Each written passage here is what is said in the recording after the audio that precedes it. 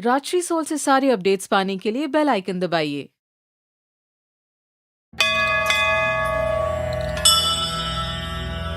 अथ नारायण सूक्तम्। ॐ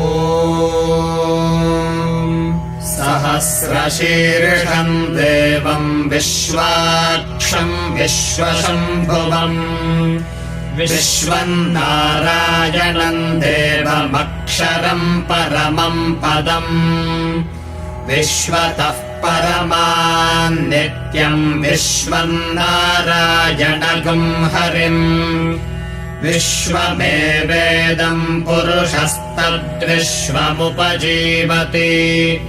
पतिम् विश्वस्यात्मेश्वरगुम् शाश्वतगुम् शिवमच्युतम्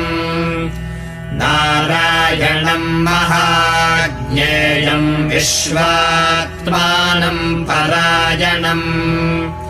नारायणपरो ज्योतिरात्मा नारायणः परः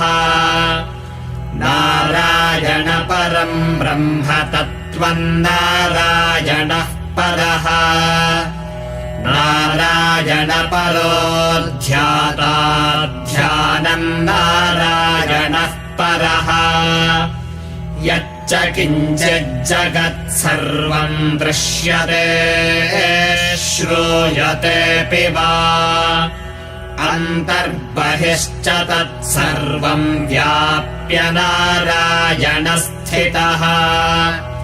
अनन्तमव्ययम् कविगुम् समुद्रेऽन्तम् विश्वशम्भुवम्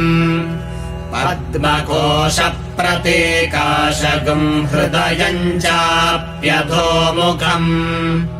अधो निष्ट्यावितस्त्यान्ते नाभ्यामुपरि तिष्ठति ज्वालमालाकुलम् भाति विश्वस्यायतनम् महत् सन्ततगुम् शिलाभिस्तुलम् भक्त्याकोशसन्निभम् तस्यान्ते सुशिरगुम् सूक्ष्मम् तस्मिन् सर्वम् प्रतिष्ठितम् तस्य मध्ये महानग्निर्विश्वार्चिर्विश्वतो मुखः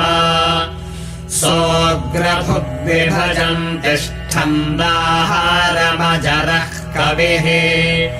तिर्यगोर्ध्वमधः शायीरश्मयस्तस्य सन्तता सन्तापयति स्वम् देहमापादतलमस्तकः तस्य मध्ये वह्निशिखा अणीयोर्ध्वा व्यवस्थितः नीलतो यदमध्यस्थाद्विद्युल्लेखे बभास्वरा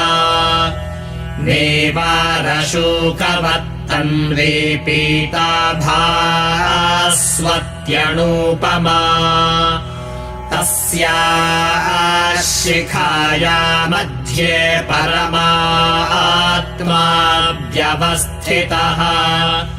स ब्रह्म स शिवः स हरिः सेन्द्रः सोऽक्षरः परमः स्वराट् ऋतगम् सत्यम् परम् ब्रह्म पुरुषम् कृष्णपिङ्गलम् ऊर्ध्वरेतम् विरूपाक्षम् विश्वरूपाय वै नमो नमः नारायणाय विद्महे वासुदेवाय धीमहि तन्नो विष्णुः प्रचोदयात् विष्णोर्नुकम् वीर्याणि प्रवोचय्यः पार्थिवानि विममे रजागुंसि यो अस्कभायदुत्तमाः उत्तरगुम् सधस्तम् विचक्रमाणस्त्रेतोरुगायो विष्णोरराटमसि विष्णो पृष्ठमसि विष्णोश्चत्रे